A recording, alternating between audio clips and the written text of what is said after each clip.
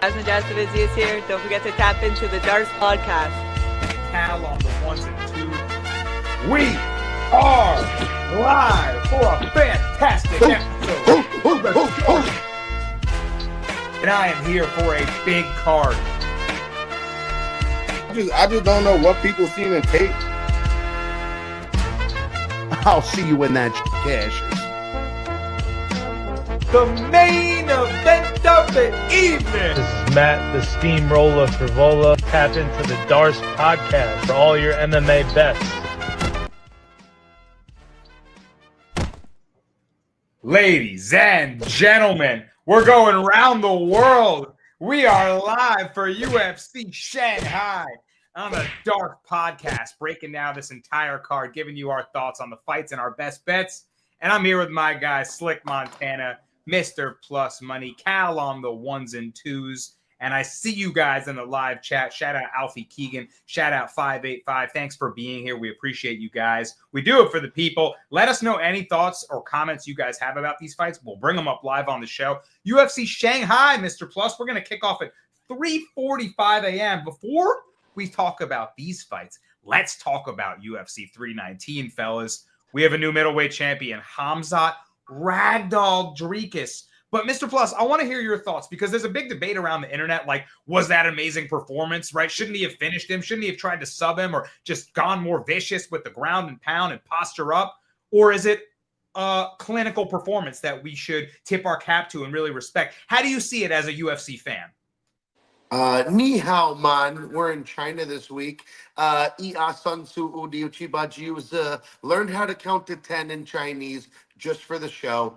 Nice. Welcome, boys. Welcome back. Hit that like, hit the subscribe, hit the follow.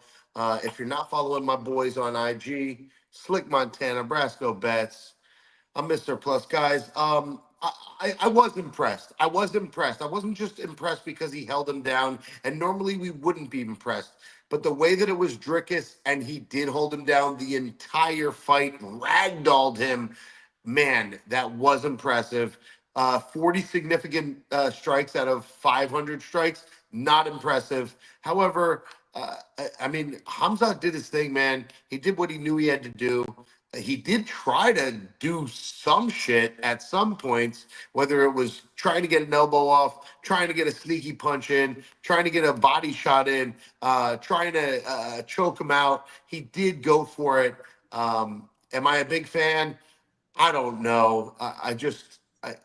Who's going to beat this guy up? That's what I'm a big Fluffy fan. I'm waiting for Fluffy. We'll see what happens. Well, okay, so you give him credit. You say he did enough. You say he went for enough damage and was aggressive enough. A lot of other people feel like Slick. He was chest to chest. He wasn't posturing up. He had so much control that you should start firing away with some of that control. I'm of both sides. I think that can be true, but I agree with Mr. Plus. It was clinical. It was dominant. Dricus is a freaking caveman. Nobody's been able to do that to him. So he talked about Fluffy. Fluffy just got booked with Rainer de Ritter. That fight is coming up. And Kyle Borralho is fighting Nasruddin Imavov. So we have to wait for that to play out. But Slick, are you looking for the Fluffy versus Khamzat matchup next?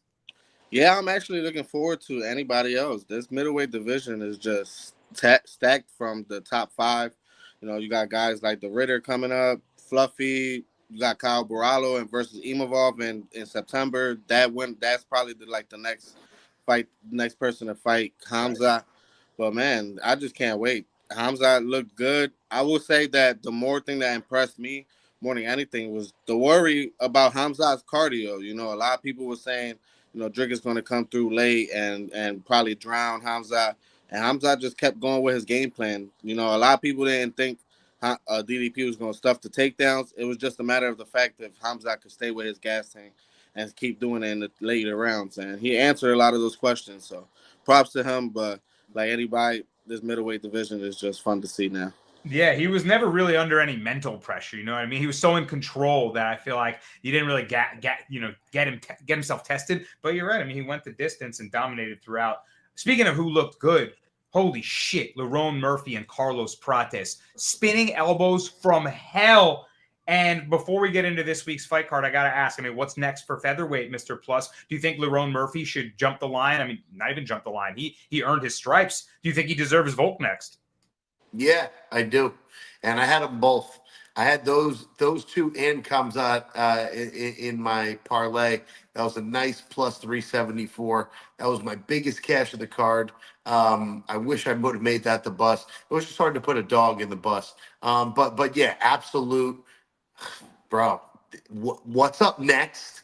We're about to see what all the UFC fans want. So yeah, let's go. Let's keep going. The Ro Murphy versus Volk. That's up next. For yeah, sure. man, he just earned himself that title shot. Yeah, by the way, cash the Brasco breakdown. The main event went over 2.5 rounds. I got a Khamzat Chimaev takedown ladder all the way up to 28-1 odds. That was sort of a hedge against my Dricus bets, and because I thought he would be unsubmittable.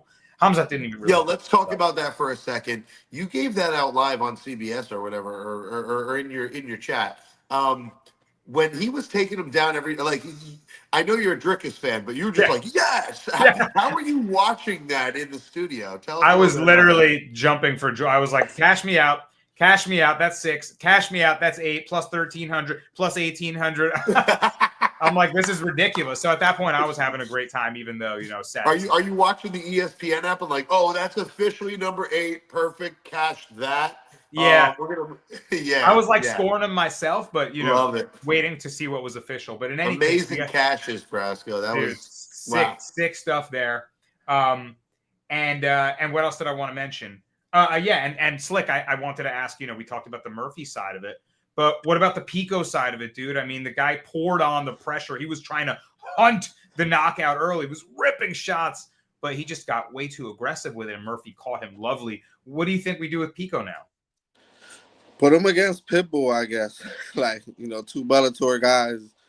But it's funny because Pitbull was saying that he wanted to fight Pico too. So, hey, put him against another Bellator guy. These Bellator guys have just been underwhelming. Bellator and Bellator crime. That would be really funny, though, because people say Dana hates them and he gives them unwinnable debuts against killers. And look what's happened. Like Patchy, Pico, Pitbull 0-3 in their debuts there. So, all right, guys, onward we march into UFC Shanghai. And we got some interesting fights to talk about on this one. Slick, we're going to kick it off with you. Everybody salutes up to the Slick Report. Got the lines in my sights like a hawk in the night. Underdogs rise up ready to put up a fight. The Slick Report's in, Philly hustles alive. Breaking down the game, it's how we thrive. Places tied tight, stepping onto the mat. Hard of a lion, there ain't no going back. So for the Slick Report this week, we're going with Gage Young money line -125. I believe that we just seen a good version of him against Evan Elder, a tough, I would say a good vet in the UFC right now. He took Evan Elder's best shots. I just think that he just kept going forward, showed the dog in him. I believe he's going to put Maheshate on his back foot, just keep putting the pressure on him. I think he has the better all-around game plan in this fight. He shoots takedowns, puts the grappling edge, has good cardio, has a good chin.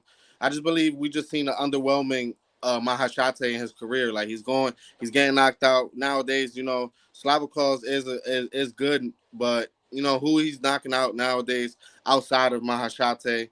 That loss is looking worse and worse every time. He went to a split decision with a 40-year-old Gabriel Benitez, his last fight. I believe his last fight was also in China, if I'm not mistaken. And he was just, like I said, I think the UFC thought this guy was supposed to be good. And he's outside of one moment that he had against Steve Garcia, that he flattened Steve Garcia. I believe he's just not good. He doesn't put combinations well. He's more of right hand or bust whenever he gets tired. And then once people starting to see that, I think the pressure of Gage Young, the relentlessness, the way he cuts off the cage too. I think Maheshate movement is good, but when he gets tired, he gets real flat-footed. So I think Gage Young's just gonna be able to put the pressure on him, put Maheshate's cardio to test. And now, like I said, he's put great volume out there. So I think that loss to Evan Elder is just gonna get him a little bit better, especially against a guy like Maheshate, who I believe he's just right-hander or bust. So give me Gage Young money line in this spot.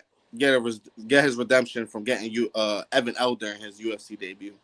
I like it, Slick. Slick Report this week. Gage Young on the money line, -125. And I'm on board with you. I was looking at this fight, and I felt the same. At first, I was like, man, Maheshate's right hand, like you mentioned, it's dangerous. He knocked out Steve Garcia with it. He has big power in his shots. But that Gabriel Benitez fight, I couldn't shake from my mind. Old man Benitez, right? And it was a weird split. He doesn't have much grappling upside. He can get wrestled. And you mentioned it. Gage Young stays on that pressure, bro. I'm with you. If he can keep him on the back foot, make this an inside the pocket boxing fight and close the distance on that range, then I think he's the one landing more shots and can get this one done. So yeah, I like the pressure. I like the hungriness and grit from Gage Young. Plus, what do you think about Gage Young and Maheshate? I'm going to be honest. I've won a lot of money on Maheshate before, and I got to ride him again. I don't believe in this Gage Young kid. I understand he's young, he's prime, he's going to be something decent, but he's not even that good. 9-3, lost 2 out of his last 3 to Evan Elder, to Quillian Solakid. I just don't see it. I understand that Maheshate has lost as well in his last few bouts, but he's been in the UFC for a minute, man. He's one of the only guys we've ever seen finish our boy Steve Garcia. Yeah, it was a check hook, and it was right on the temple, and it put him right out. But at the end of the day, man, I'm telling you right now, Maheshate has light years ahead of this Gage Young kid in the striking department. Let me see Maheshate by fucking severe knockout, elbow to the face in his own country, in front of his people. You think he's going to lay down in China? Ni hao man. Give me fucking Maheshate. He's actually my dog of the week. Oh, okay. So we'll talk more about that now, but let it be known, Mr. Plus liking Maheshate. And by the way, Slick, that last fight against Nicolas Moto was in Macau. So not quite China, but yeah, not too far away either. It was on this side of the world. All right, Gage Young to start it off, guys. Onward we march. And we got to talk about a few fights, y'all. These are some interesting ones that we've got on this one. So it's time to jump all aboard the Mr. Plus Parlay Bus. And I'll see you when that shit catches. Mr. Plus, Parlay Bus, bet it all in trust. Jabs and hooks, it's all about the rush. Put it down on the underdog, never hush. Odds stack high, feel the thrill, that's a must. And I'll see you when that shit cashes. Celebrate the wins with...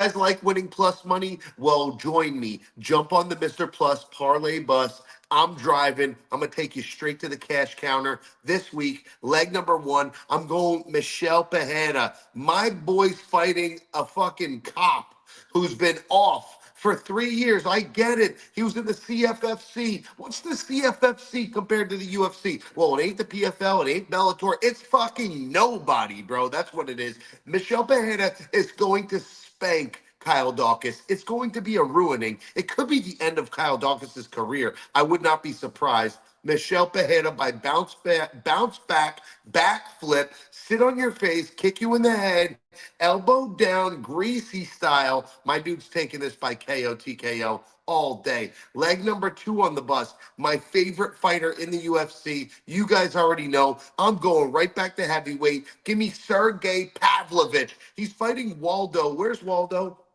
I don't fucking care. He ain't nobody. They've been giving this guy trash cans for the entirety of his first year and a half, 2 years in the UFC. Absolutely nobodies. Now, don't get me wrong. Sergey Spivak's not a nobody, but I don't know if he won that fight.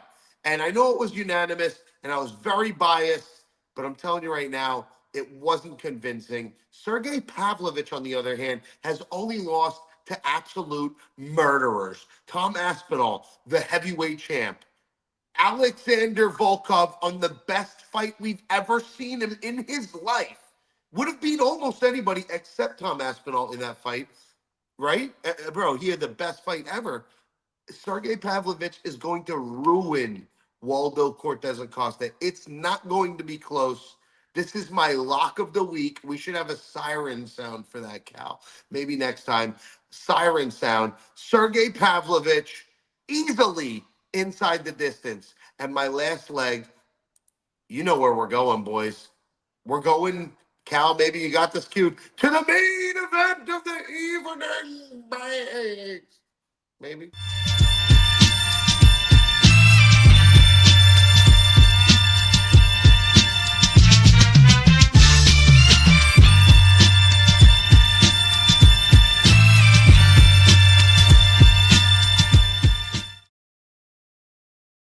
This one's so easy. I'm going against the guy who automatically gets knocked out almost every fight, against the knockout artist. Give me the knockout artist, Ming Yang Zhang, all day in China. You think this isn't a setup fight? They want this guy to move up the ladder. He's going to pulverize Johnny Walker, who blocks with his face. This guy has no defense whatsoever. Maybe he puts his hands up for the first little bit of the fight, and then it's just game over. Hands up, hit the body. Hands down, hit the face. Ming Yang Zhang is a pro at knocking people out, and Johnny Walker's a pro at getting knocked out. This is an easy one. Ming Yang Zhang by knockout, and I'll see you fuckers when that shit catches. With the bold little touch on it, Mr. Plus parlay bust 3-legger for you guys, and he's got Michel Demolidor Pereira, Sergey Pavlovich, and Ming Yang Zhang plus 150 about on that right now as of Tuesday. Slick, we got to talk about these legs. Shout out our guy Jewish Better in the live chat. He says, "Ching ching, let's get this yen." Those are the currencies we're trying to acquire here. Slick, we start with Michel Pereira, who's fighting Kyle Dawkins. We know Chris Dawkins, the guy that you've interviewed before, Philly guy. You got to show some love to your Philly guys, of course. Mr. Plus said some disrespectful words about Kyle. The Darce Knight, Kyle Dawkins, who we know he's got grappling skill, but Plus said it. He's been out of the UFC. He's been building himself back up, 5-fight win streak in other promotions. Do you think he's got any chance here against Pereira, who's shown big holes in his grappling defense in his last 2 fights against ranked fighters, of course? Can he get to the grappling against Pereira, who's a dangerous striker, right? Yeah, there's just thing about Dawkins is that he just gets hit too much on entries. Like, no matter what type of entries he gets going, like either it's to clinch, either it's a takedown, he's just too hittable. But hey, I'm not gonna lie, I won't be crazy to say that the Kyle Dawkins sub isn't live in this spot. One thing that we could say about Kyle Dawkins, he has cardio, he has good grappling whenever it's on his side.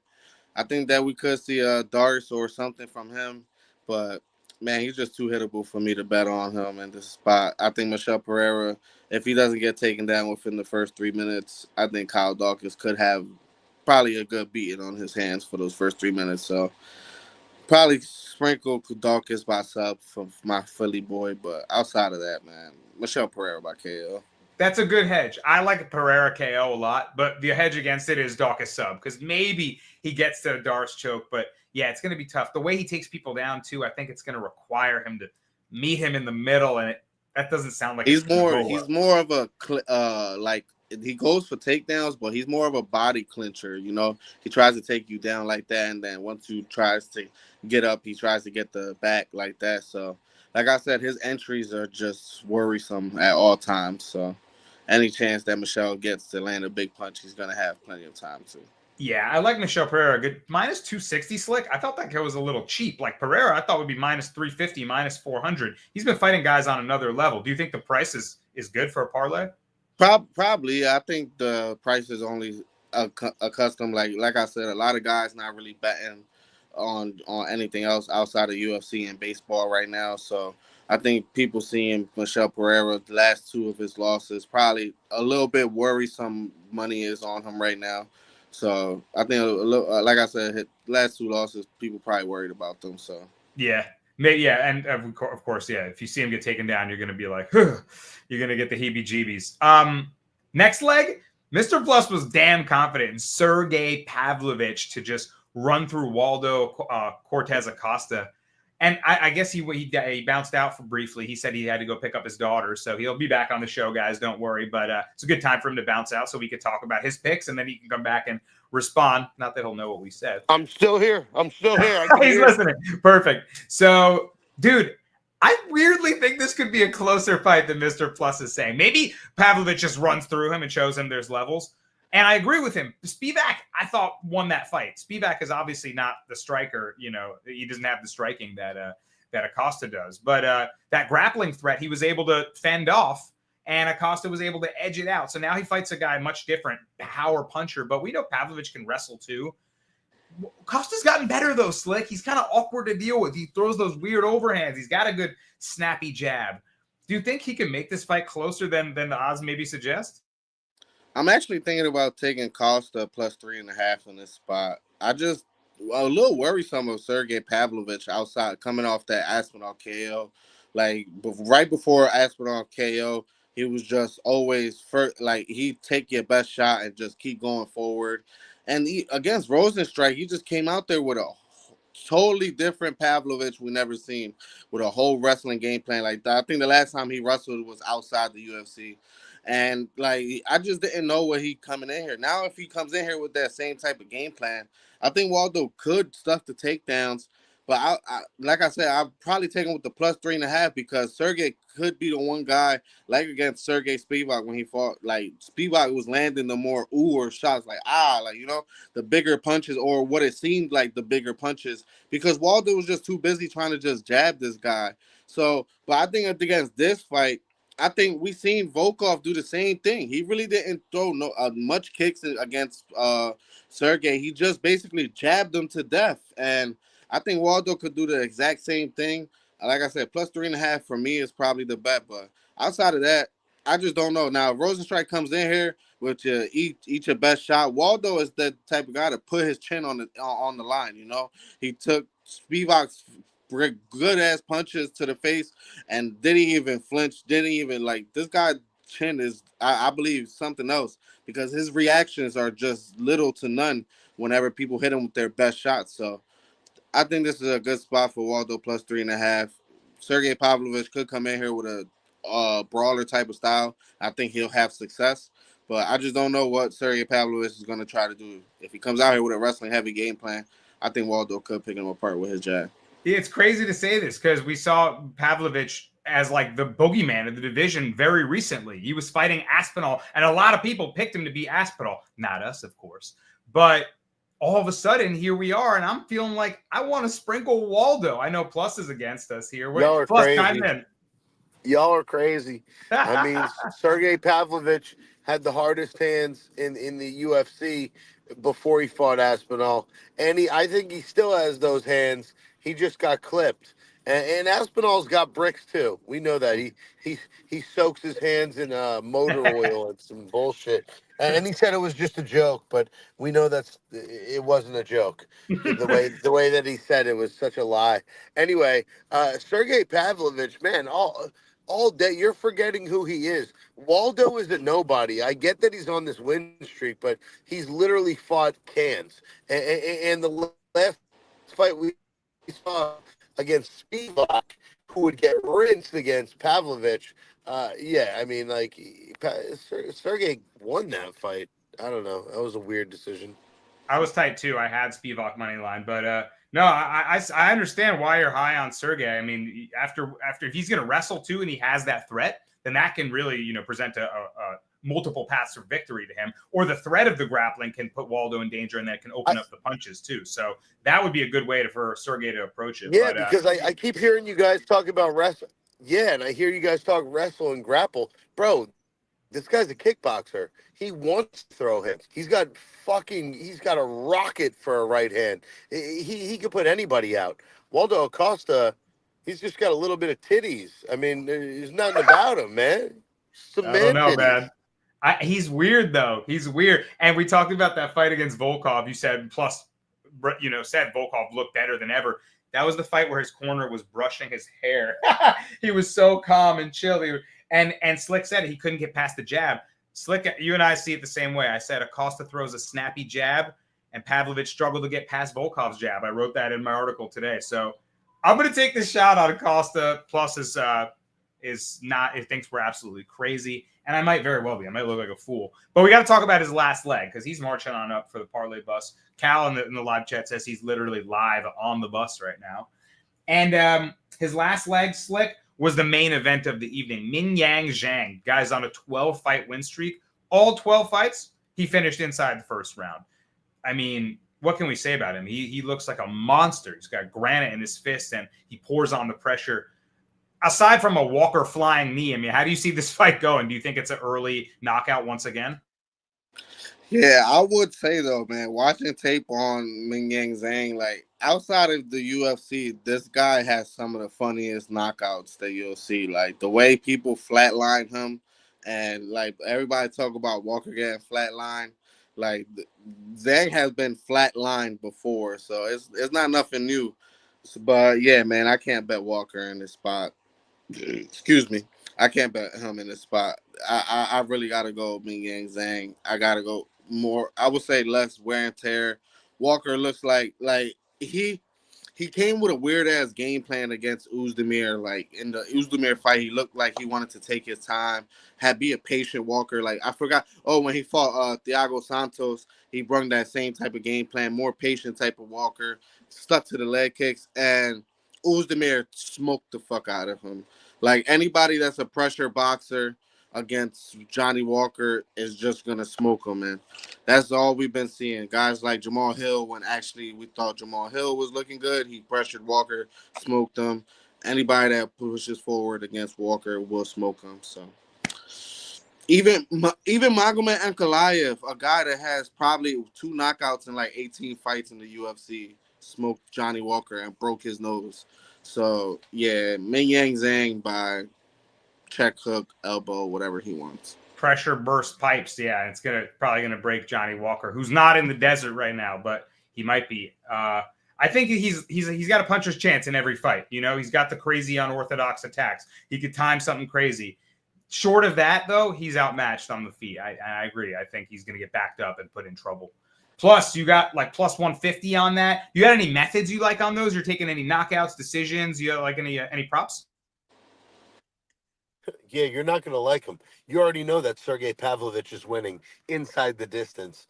Other than that, Yanni Walker is absolutely getting finished. Is it going to be the first round or second round? I don't know, but it will be by KO. It'll be one of those weird pop off his temple Jamal Hill KOs. You know, remember when Jamal Hill hit him and he like literally got laid out 2 seconds later? Same type of shit. Delayed reaction. Delayed knockout calling. Wow. Yeah, I almost want to take round 2 and sweat out. Just like, Johnny, just stay alive for round 1 and maybe get some big plus odds, but it'll be a big sweat.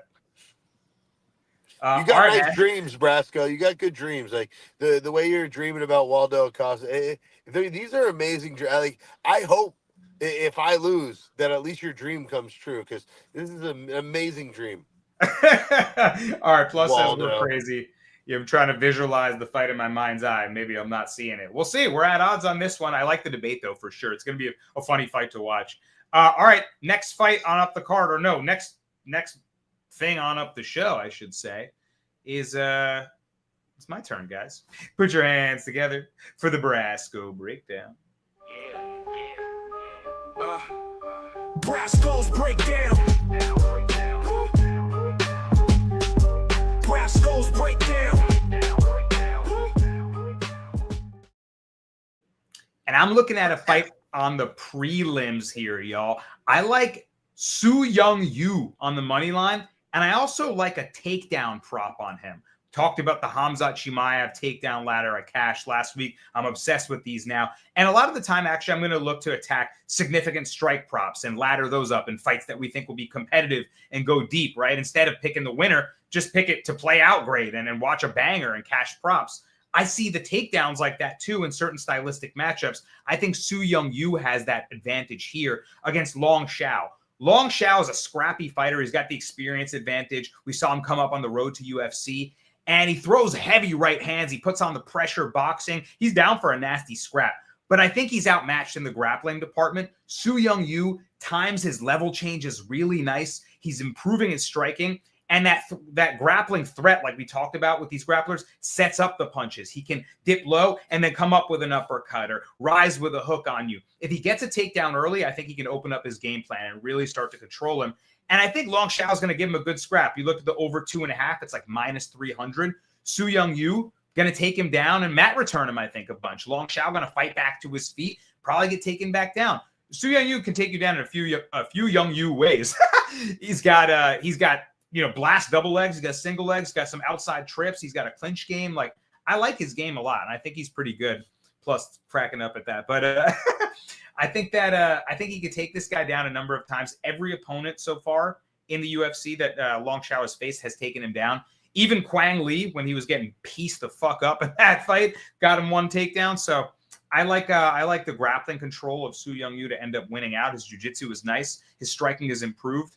And I think he'd take him down maybe 4 or 5 times. We'll wait to see what the props look like. But I'm maybe looking at another ladder situation, y'all. So give me Su Young-Yu to beat Long Xiao in UFC Shanghai and give me some takedowns. Plus, what are your thoughts on this one? I love that, bro. A few Young-Yu takedown. Yo. I don't even know what I said. I agree, and I'm taking Su Young-Yu. I like this pick. He's gonna win. I don't know if exactly what Brasco said's gonna happen, but he could take him down in a different few Young-Yu ways. I understand it. And hey, eat the ramen with the noodle. All right, perfect. Oh my god, he said we're literally getting canceled after this. I just want you to know. Instantly. Slick. What do you think? I think it's a close matchup. Minus 130 for the favorite Young-Yu, plus 110 for Long Xiao. I see it being a good fight. How do you see it? Yeah, I think I see it the same exact way as you see it. I think the one thing that we know about, I'm not even trying to say these names. Your breakdown is like I'm feeling it a little bit, so I know I'm gonna mess up. So I think the one thing that we know about him is that he's real good on the takedown threat on his back foot, and that's what you need against his opponent, against a guy like his opponent who's gonna try to get the boxer, get the boxing pressure going, and he does leave himself opening because one thing that I dislike about his opponent is that he closes his eyes whenever he's getting in those positions, whenever he feels as though he could get the knockout. But half the time he just doesn't get it. And like you said, he's been taken down almost every time he's been fighting in the UFC. So I think this is a good spot for your breakdown. I think I love your takedown prop also. Like you said, the fight is going to go 3 rounds. Half the time, whenever 2 Chinese guys fight in China, if it's not like one over dominantly guy against the other, like Rinya Nakamura and those guys, whenever they were fighting on the road to UFC, then I would say 8 times out of 10 they go to decision. So I think this could be it could be honestly a boring fight because like the fans probably want the boxing pressure from guys but I can see your pick for the breakdown just being real good with the striking to get his takedown threat going. I really like that takedown prop that you mentioned. So nice. I like the breakdown this week. Love it, man. Love to hear it. Cal says that that Long Xiao clearly plants his feet and throws, so he's exposed for the takedown. I agree with that too. The pressure that he puts on is probably going to get him, take him down. And it's like you said it. Now again, we're visualizing fights. The Chinese fighters, right? The road to UFC fights. I spent a lot of time trying to learn on these guys. Watch tape. Clinch fest after clinch fest after. I see it, and I see another one. If that's the case, give me some trips, give me some mat returns, give me takedowns. So I'm seeing it now, man. I love to hear that. All right, man. Su Young-Yu, takedown ladder. I also like Aljo to get a lot of takedowns. Looking at that fight. We'll talk about that fight later on against Brian Ortega. Really good one. But for now, let's get some plus money, man. Let's let him out the cage. It's time for the Dogs of the Week.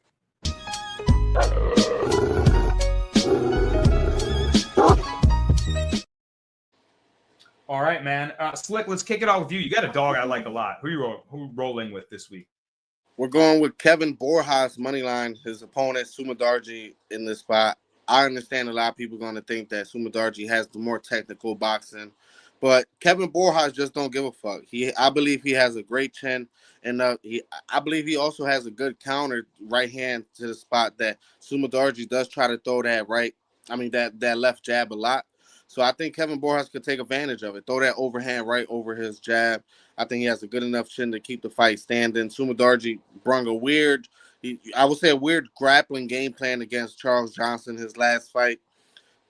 I just don't still believe in Sumadarji's cardio. Not Charles Johnson's last fight. He fought Mitch Raposo his last fight and was able to basically pick apart Mitch Raposo because Mitch Raposo is a short-ass guy in this division, and he just basically big brother him, I would say. So we've seen guys like Charles Johnson, who's not really a finished threat, almost finished. Sumadarji. I think this is a good spot for Kevin Borjas. Get a good 2-fight win streak going on. And like I said, I think he's the more damaging puncher in this spot. If it comes down to just volume, Kevin Borjas throws a shit ton of it. He was honestly one of the only guys that has hurt Joshua Van in his whole career. So I think that if he lands one of those right hands on Sumadarji early, throw a blitz in, we could see him win a knockout or even just a damage-based decision. So there you have it. Kevin Borjas, dog of the week for Slick. I like it, man. I was actually surprised to see him as the dog because he looked much improved in his last fight. He lost his first couple UFC fights, but it was against stiff competition. Now he gets a much better matchup now. And I think the guy, like you said, he's got a stinging right hand. He's got good pressure. He can slip shots, slip and rip and counter punch. And he's going to be at a reach and height disadvantage like most of Sumadarji's flyweight opponents are going to be. He's a big, rangy guy. He likes to that in and out movement, right, and try to play with the distance. But, yeah, I feel like he could get low kicked while that's happening. Murdarji's got kicks too, but I think Borjas can close the distance and land combos. He fought Ronaldo Rodriguez, tough guy in his last fight. Borjas was piecing him up, right? And I don't know if Plus is around, but I believe Borjas is Peruvian, right? And Plus always talks about the Peruvians and the Chileans. Plus, you in the mix? Tell me about your boys from by the equator. Oh, man, I love those dudes from Peru, man. They are special. They throw down. They're relentless. They love to strike. And, Peruvian dudes straight up are just thugs, man. They eat that ceviche, like, raw and shit, dog. And I like ceviche as much as the next guy, but, like, these motherfuckers eat it every day. So give me Borjas by ceviche. Okay, wait. So... First of all, Brasco's gonna lose his shit.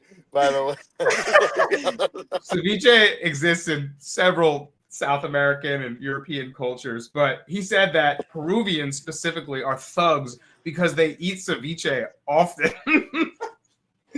Every day. Amazing, man. Borjas by ceviche is the call. Plus, do you like Borjas too? I do like Borjas. I really do. He's a thug, man. And Peruvians really, really love to throw down, bro. They love getting punched. They love to take one to give one. And I'm all about backing a guy like that. As Max Holloway showed us, you want to stand in the middle, you want to throw down.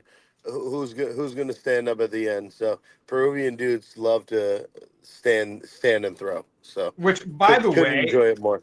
By the way, that standing point at the center is getting a little like. Everybody is doing it now. And it's a little disrespectful to Holloway. I mean, you could be like, let's fight, let's throw down in the middle, of course. But I need to see a new guy. I need to see someone new. I need to see someone point up to the rafters and call their shot and then baseball pitch knockout someone. Like you want to be standing in the middle calling your shot. That was dope. And then Max Holloway's everybody's calling to the center, but Max Holloway's still the only dude that laid someone out when they did that, right? They actually went punch for punch. And now we need to see something else. If you're gonna point to the middle and not get knocked out or knock the other person out, you need to come up with your own new shit. Point to the rafters, baseball pitch, bang. Like, I need to see something special. Shawn Michaels. I'm thinking the Shawn Michaels Sweet Chin music, Slick. But honestly, look, perfect. Forget the result if you get knocked out or you do the knocking out. Nobody actually stands like Holloway does. No, everyone leaves. Their feet run away. Their feet decide to move, Slick, right? I honestly can't even say anything because we seen Dustin Poirier wrestle the last 5 seconds. So. Right? Like that the BMF said, you know what? I'll clinch. Never mind. That is all you need to know. All right, man. Standing point. We need a new one, Mr. Plus says. Come up with your new one. Dog of the week for Plus is Maheshate, right? You talked about him already. You want to add anything more for your boy? I mean, if his name wasn't Maheshate, I don't know if I'd be as high on him. But I'm going to tell you right now, a machete will cut through anything, man. You're talking about fucking bean stalks, corn stalks, wheatgrass, anything. You want to cut up a fish, you could use a machete, man. Machetes are good for anything. This guy is a representative of he ain't going down. And I'm going to tell you one more time. He's been in the UFC so much longer than his opponent who might have one or two fights. I mean, it's just there's levels to this game. And he's the only guy who's ever put our boy down, in recent times, in the last 4 years. Steve Garcia, who's I mean, I guess UFC math doesn't always work, but our boy's about to be fucking top 10. He's like number 12 right now. And we've loved this guy since he was like 80th. So it just goes to show you, there is people who can clip you and do have power to knock you down. And Maheshate is one of them. And I'm not sleeping on this guy. And the fact that he's plus money against a guy who doesn't have much UFC experience tells me all I need to know. I'm going to snatch the plus money. I'm going to put him in some parlays. I know he's the slick report. My highest respect, I give the highest, best salute and respect to the slick report. But this week, bro, what were you not even? You just picked whatever. You just closed your eyes and picked something. I mean, what happened? Yo, my man's analysis this weekend is wheatgrass and ceviche. Gotta love it, man. That's like, yo, when I sweep the board, sometimes it's not because of regular references. I got obscurity into it. So just appreciate respect the machete. You know what I'm saying? Maheshate. All right, there you have it, man. Maheshate is the call from Plus. My dog of the week, I'm going with Charles Johnson, plus 170, man. That seems way too wide for me against the guy that I really like. He's facing Loner Kavanaugh, prospect that I've been watching that I think is blue chip and has a ton of potential in the UFC. Still 9-0. He's already doing his thing, picking up some good hard-fought wins against solid competition. But Johnson is, I think, maybe a lot for him. This might be a little too soon. Johnson, we know, a savvy veteran boxer, super crafty, good with the pressure, slick defense and head movement, good grappling defense, and he's 4-1 in his last 5 fights, coming off a loss to Ramazan Temirov. Guy's a beast. Also just popped for steroids too, so that sucks. But, he was just outmatched by the grappling. And he actually, he won the 3rd round. He started to come back. So we know Johnson's got that dog in him.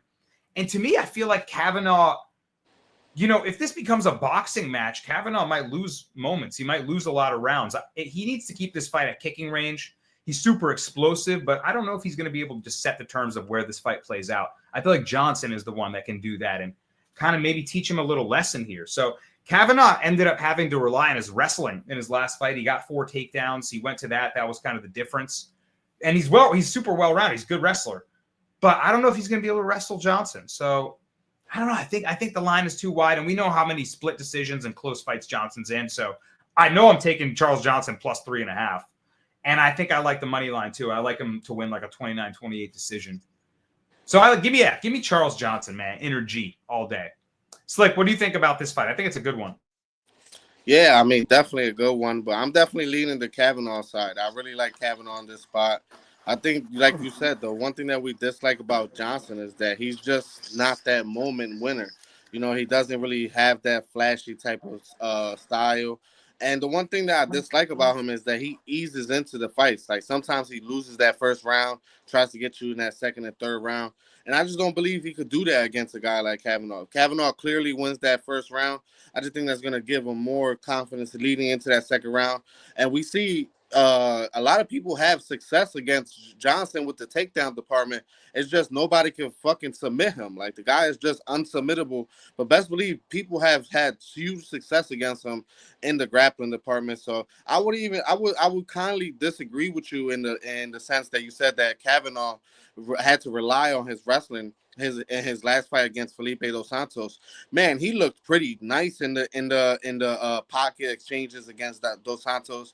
But the one thing we know about Dos Santos, man, he was landing some good Hail Mary elbows against Kavanaugh. And I just don't think Johnson is that same type of unpredictable type of style. I think Johnson is more 1-2 with the boxing, and then he throws that teep kick. I think that's honestly the only type of kick that he throws outside of a little small calf kick that he throws. So I'm real high on Kavanaugh on this spot. I think he lands the more better punches. I think Charles Johnson does rely on defense a little bit more. I think Kavanaugh could have whenever he's against a cage, land some good punches that look appealing to the judges. And at the end of the day, we know Kavanaugh is somewhat 25% Chinese. So if it gets close, we know who they're gonna lean to. So, hey man, give me Loner Kavanaugh, and I think he just gets another tough decision win, just like his last fight against Dos Santos. He said he has the hidden hometown edge. He's like, yo, you guys, I'm Chinese. Give me the decision. I like your breakdown and your argument for Kavanaugh. I think that's totally fair. And that is, I'll need Johnson not to fight too defensive. Mr. Plus, no wonder he's on wheatgrass and ceviche out here. He's sipping on this, what is that? Some Chivas Regal? What do you got? Oh, you're muted. Oh, I called that. I didn't even see it. Some Chivas Schwallywag from Hogwarts. It's 18. Sipping on that Schwallywag. Schwally. Listen, the only thing I'm confused about in this fight is that my boy Brasco is taking Charles Johnson. Now, we all love Charles Johnson, and we are Inner G fans. However, you've been a huge Loner Kavanaugh fan and advocate, and even put me on him one fight where we won, and I was like, totally taking the other side. You're like, dude, no, he's got this. So it's weird to see you on the other side. I feel you with the experience tip, but to me, it feels like Loner Kavanaugh. I know he's a lot smaller. He's got a reach disadvantage. That's really where Johnson shines. However, I think Kavanaugh, with this youth, with this power, man, maybe he can clip Charles Johnson and put him out. Is what I'm feeling, or at least land way bigger blows and way bigger punches, and then we'll give him the fight. Like Slick said, he is 25% Chinese. And no, I like the argument there for like him being the moment winner. If you like Kavanaugh, he's explosive, right? He might land some, even if it's not something clean, high kick that hits the guard, pop, slaps super hard. You know, those score. Those are good moments. So yeah, I eat egg rolls and watch South Park, so I'm also 25% Chinese. South Park makes you what? The shitty walk? Shitty chicken? No, man. Plus is gonna get canceled. He's just gonna start saying some. Yeah. What do we got tonight? Yeah, we might, guys. We get canceled.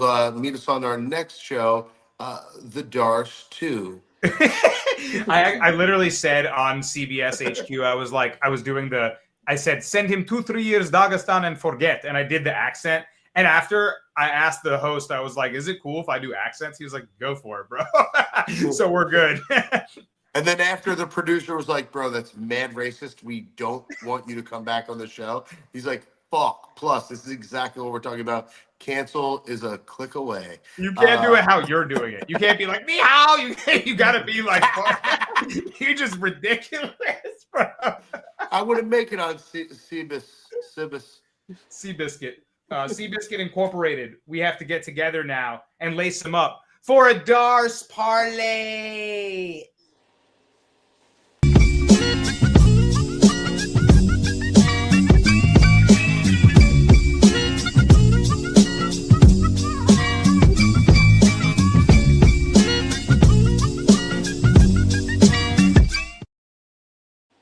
All right, Plus, you got the first leg. It's a light heavyweight banger. This one scares me. What do you got? I'm fading that guy. You remember that idiot? I'm fading him every time he gets punched in the face. Oh my God, I forgot. Yeah. Y'all must have fucking forgot. There's something in my eye in every fight. Yeah, Uran. How do you say this guy's name? Uran Satbalbaldiev. This dude's actually a fucking monster and a problem. 6'4", gonna beat the fuck rangy Dayar. Remember Dayar? Oh, my girl got shampoo in my eye before the fight. Bro, this guy twitches every time he gets hit. You're gonna see it again. It's gonna be fucking pathetic. And guess what's gonna happen? Umar, my boy, is going to stay in the UFC. He did have one UFC fight against Martin Budai. And of course, what happened? He lost by decision, just like everybody else who fights Martin Budai, except for like one or two people he's ever fought. Give me Uran Satbaldiev. Salty Baldiev. I could just sit here and listen to him say his name for the rest of the night. It would be a good show. Oh my God, Slick. Uran Satibaldiev. I like it too. First of all, I totally forgot about the Twitch. And he said it's a thing he's been doing his whole fight. I remember that now. It's like he can't help it. That's not good. That's just like a beat that you're losing every time. And this 1, 2, 3, beat, lost. I could be jabbing you while you're doing that. So hate that, auto-fading that. And I actually think Uran's the better fighter. What do you think about Nurgoze, though? He was coming in hot after Contender Series, and then Ribeiro cracked him and then Kimura'd him. So what do you think of the fight? It's weird. Yeah, there definitely huge concerns on the. I think the only reason he got the contract because the guy that he fought on the Contender Series, he landed like a good head kick, but the guy that he fought was pretty trash himself. I just can't he got that tick problem. I just don't think you have a guy like that in the UFC right now because after every hit, he's just reacting to. We don't know if he's reacting to the hit or he's just reacting to his tick. So, yeah, I got to take Uran in this spot. Uran by shoulder press? It's like a shoulder strike, like McGregor versus Cowboy style. Yeah, Uran. Uran's got a right hand, man. He hurt Budai late. Budai did the chicken dance in the 3rd round. He said, oh, wait, hold on. Grapple. So I like Uran. He showed something. Slick, what's your leg? We're going with Rong Zhu. Money line against a guy that I thought would have been outside the UFC a long time ago against Austin Hubbard. I think Rong Zhu is just a good, way cleaner boxer in this spot. Austin Hubbard tries to one of those guys that try to get you late in the later rounds, tries to wear on you with the cardio. I just like if a guy like Cody Steele isn't able to get good takedowns on Rong Zhu. Rong Zhu showed good toughness in that spot with good durability. I got to take him in this spot against Austin Hubbard, who's just a punching bag. And like I said, he just tries to feast on guys who are tired. Rong Zhu not going to get tired punching your face. Yo, Rong Zhu put on a striking clinic in his last one against Cody Steele. Improved grappling defense, too. And he just piecing up a tough, young, undefeated prospect. So I think he put everyone on notice now. Rong Zhu is legit. Plus, what do you think about my boy Rong Zhu? Love Rong Zhu. Love him.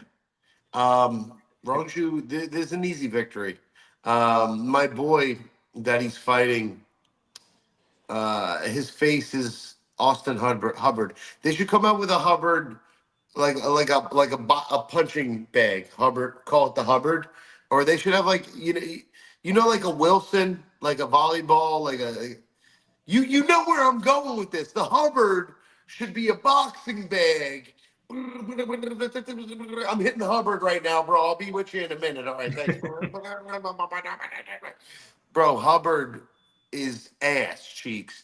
The fact that he's going all the way to China to get his ass kicked by Rong Zhu is fucking beyond me. He must be at least getting 80 G's to get his ass kicked. Well, dude, I mean, he does have wrestling. Marco Medeiros had a huge striking skill advantage over him.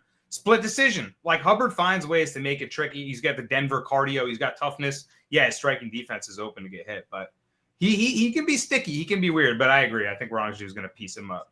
But, and yeah, this is second stint in the UFC, too. So if it goes really poorly, maybe that's the last one. Last one on the Darce parlay to cash us out. Plus 205 with Aljamain Sterling, guys. Co-main event. We waited the whole show to talk about this one. This is a great fight against Brian Ortega. And, guys, I don't see how Aljo loses it stylistically. I mean, I know Ortega's certainly improved his striking. He can kind of get in there and fire some elbows. His pressure boxing, his toughness gets him into these kind of scrappy exchanges where he can kind of catch you with something.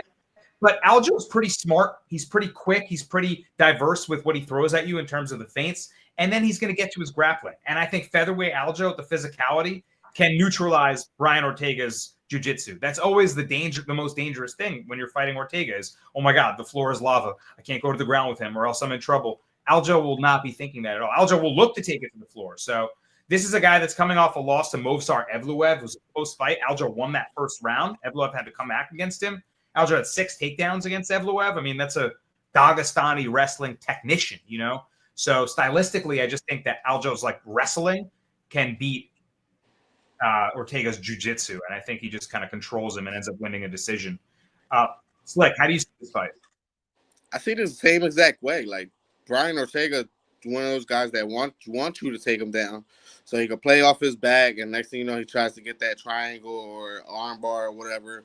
And I just don't believe he has that type of style because one thing that we know about Aljo is that he's really an underrated striker in a sense. A lot of people think that just because he got knocked out by Sean O'Malley and now he became basically this whole wrestling heavy game plan type of guy.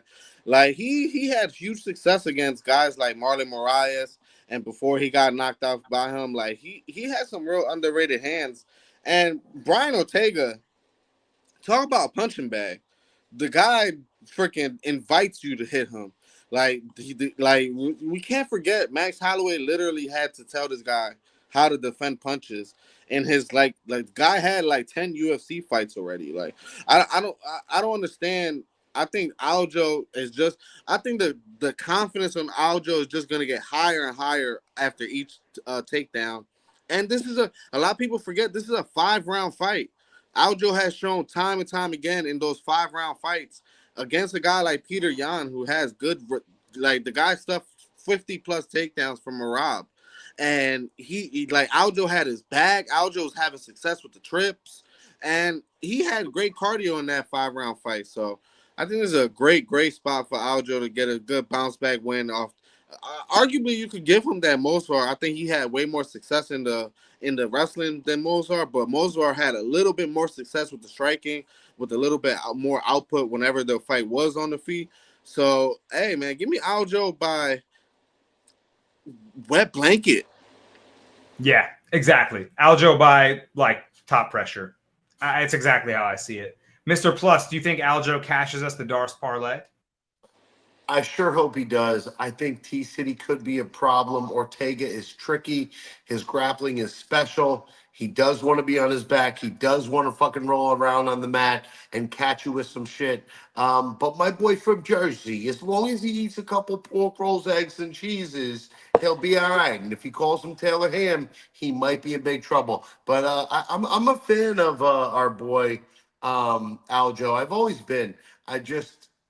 Man, his head got big. He was champ for too long. And then when he got knocked out, he was talking shit that like whole presser and got clipped. It was just like, yo, he got humbled. So I think the new Aljo, the humbled Aljo, should be fine to get us the bag at the end of the day.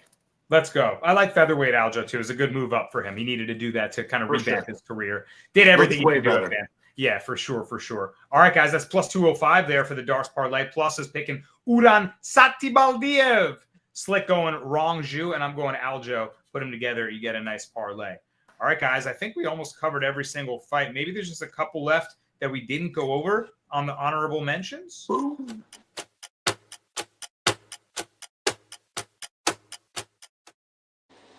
And it's literally one fight. It's Kiefer Crosby taking on Tayilake.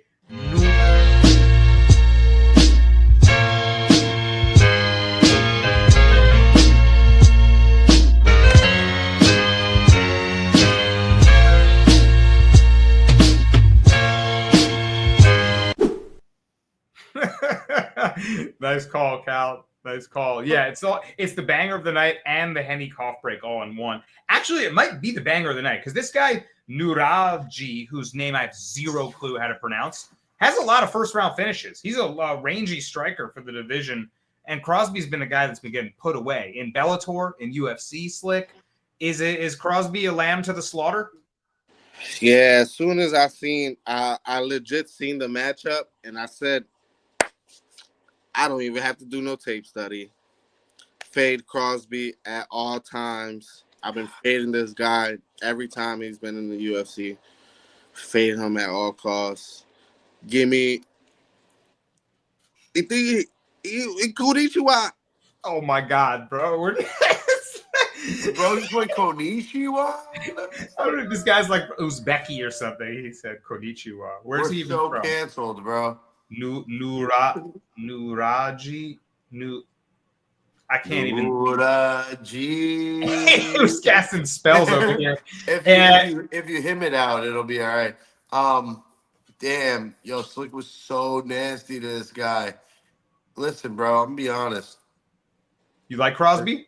I think Kiefer Crosby's fucking live.